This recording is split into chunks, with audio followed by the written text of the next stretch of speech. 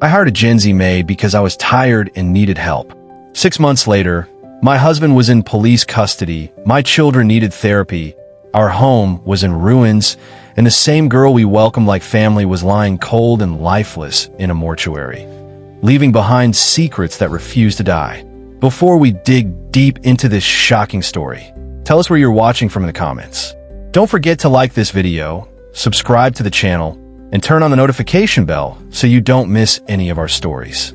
Nobody warned Mrs. Adenike that help could come with soft laughter and still carry chaos inside a small handbag.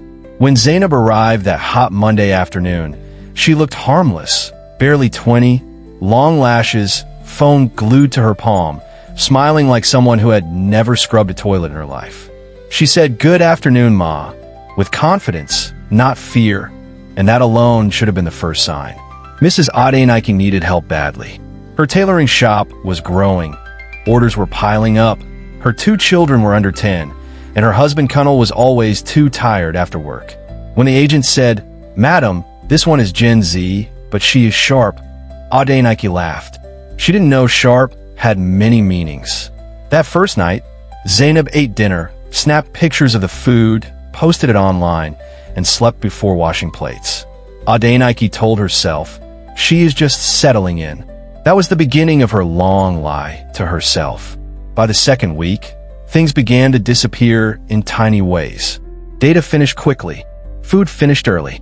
Zainab cooked like someone in a hurry, always pressing her phone with one hand while stirring with the other. When corrected, she rolled her eyes but said, "Sorry, Ma." She woke up late, slept late, and somehow always had money for new wigs. When asked, she smiled and said, "Online business." Kunal found her funny. "Leave the girl. She is young," he said. That sentence became a knife later. One evening, Adenike returned home early and met the children eating Gary alone while Zainab was on TikTok, dancing in the corridor. When confronted, Zainab cried instantly, accused the children of lying, and locked herself in the room. Kunal begged Adenike to calm down. Peace was chosen over truth. That was mistake number 2. Zainab's tone changed with time. She answered back. She argued. She stopped pretending. She started wearing Adenike's clothes without permission and said, "I thought Madam won't mind." She began to invite friends to the gate. One night, Adenike heard laughter at midnight. Zainab was on a video call with a boy, speaking in whispers that sounded like secrets. When warned, she laughed and said, "Auntie, you worry too much." The house no longer felt like Adenike's home. It felt rented. Kunal still defended Zainab. "You women like stress," he said. Adenike swallowed her anger like a hot pap. The day Adenike's gold chain disappeared, something cracked permanently. That chain was from her late mother. Zainab swore she knew nothing. She cried again. She knelt down. Kunal believed her. 2 weeks later, Adenike saw the same chain on Zainab's Instagram story, shining on another girl's neck at a party. When confronted, Zainab denied it boldly. "That one looks like it, but it's not it." Kunal shouted at Adenike for accusing an innocent girl. That night, Adenike slept with her eyes open. Trust had left the building. The children changed. Their grades dropped. They became quiet. One night, the younger one wet the bed again after 2 years. Adenike pressed and pressed until the truth came out.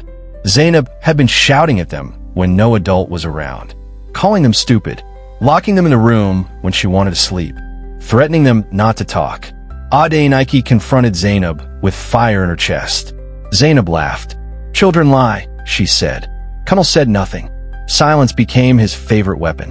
That night, Adenike cried like a woman who had lost something she couldn't name. Everything changed the day Zainab fell sick and asked Adenike to help answer her phone. Notifications were pouring in. Messages from men. Married men. One name stood out. Oga K.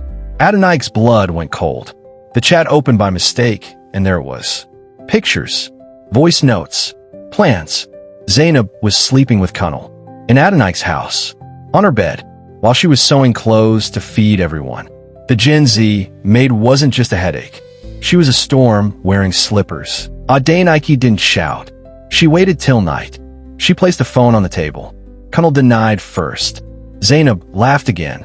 Then the evidence spoke. Kunal begged. Zainab cried. She said Kunal promised to marry her. She said Adenike was old school. She said she deserved a better life. Kunal slapped her. Adenike stopped him. That slap was too late. The damage was complete. Zainab packed her bag and left that night, still shouting insults. Kunal slept on the floor. The house smelled like betrayal. Zainab didn't disappear. She returned as a ghost online. She posted lies. Said she was abused. Said Adenike was wicked. Said Kunal wanted to rape her. People believed her. Customers stopped coming. Adenike became a villain in a story she didn't write. Kunal lost his job after rumors reached his office. The children were mocked in school. One mistake had grown teeth. Months later, Adenike heard Zainab was pregnant. The man denied it. She dropped out of school. She started jumping from house to house. One night, she showed up at Adenike's gate, thin, shaking, eyes empty. She begged. She said life was hard. Adenike looked at her and felt nothing. Not anger, not pity, just tiredness. She gave her food. No money, no shelter. Zainab left quietly. Kunal tried to fix things.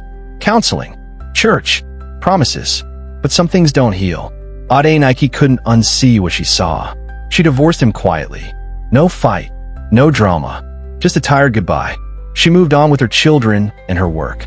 Slowly, painfully. 2 years later, Adenike heard Zainab died during childbirth complications. No family, no partner, no noise, just a short announcement on WhatsApp. Adenike sat down and cried. Not for Zainab alone, but for a generation hurting and being hurt at the same time. For trust misplaced. For silence that protected evil. For choices made without thinking of tomorrow. Adenike thought Zainab's death would finally silence everything. She was wrong. 2 weeks after the burial, a woman showed up at her shop. Mid-30s. Calm. Well-dressed. She introduced herself as Mrs. Halima Yusuf. Then she dropped the bomb gently, the way killers drop poison into tea. Zainab had lived with her too. Not as a maid. As a helper who later became her husband's secret. Halima didn't shout. She didn't cry. She only wanted answers. And Adenike realized Zainab had turned many homes upside down, not just hers. As Halima talked, patterns emerged like stains underwater. Zainab had a system. She targeted homes with tension. Quiet wives. Weak husbands.